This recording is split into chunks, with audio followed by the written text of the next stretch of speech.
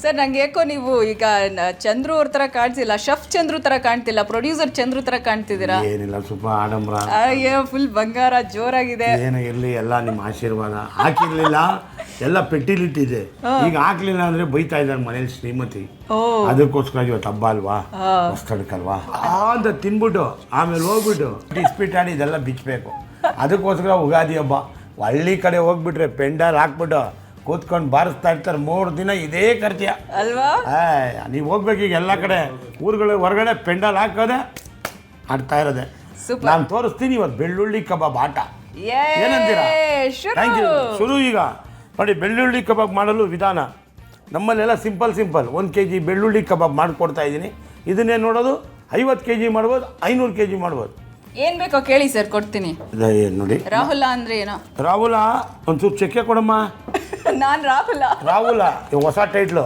ನಮ್ಮ ಹತ್ರ ಯಾರು ಬರ್ತಾರೆ ರಾಹುಲ್ ಅಂತ ಮಾಡ್ಬಿಡ್ತೀವಿ. ನೋಡಿ, 2 ಪೀಸ್ ಚೆಕ್ಕೆ. ಓಕೆ, ನೆಕ್ಸ್ಟ್ ಇದು 2 ಅನಾನಸ್ ಹೂವು. ಸ್ವಲ್ಪ ಜೀರಿಗೆ ಕೊಡಿ ಮೇಡಮ್. ಈಗ ಇದು ಜೀರಿಗೆ ಸ್ವಲ್ಪ ಪ್ರಮಾಣ. ಓಕೆ, ಇದಾದ್ಮೇಲಿಂದ ಸೋಂಪು ಸ್ವಲ್ಪ ಪ್ರಮಾಣ. ನಮ್ದೆಲ್ಲ ಸ್ವಲ್ಪದ ಕೇಸು. ಓಕೆ, ಕಾಳ ಮೆಣಸು 1 kgಗೆ.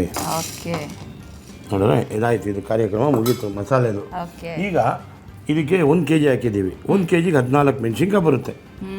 ನಮ್ಮದು ಎಲ್ಲ ಕೈ ಅಳತೆ ಅಲ್ವಾ? ಅದಿದ್ರೇ ಲೆಕ್ಕ ಅಂತೆ. ಇಲ್ಲಾಂದರೆ ಈಗ ಬೆಳ್ಳುಳ್ಳಿ 3 ದೊಡ್ಡ ಬೆಳ್ಳುಳ್ಳಿ ತೊಗೋತೀವಿ, ಹಾಕ್ತೀವಿ. ನೋಡಿ, ನಮ್ಮ ಲೆಕ್ಕದಲ್ಲಿ 1 ದೊಡ್ಡ ಬೆಳ್ಳುಳ್ಳಿ ಲೆಕ್ಕ. 1 ಬೆಳ್ಳುಳ್ಳಿ ಕಬಾಬ್ ಅಲ್ವಾ, 2 ಇದೊಂದು 3. ಇದನ್ನು ಮುಗೀತಲ್ಲ.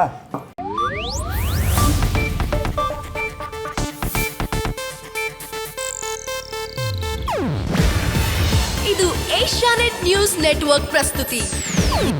ನೀವು ನೋಡ್ತಿದ್ದೀರಾ ಏಷ್ಯಾನೆಟ್ ಸುವರ್ಣ ನ್ಯೂಸ್.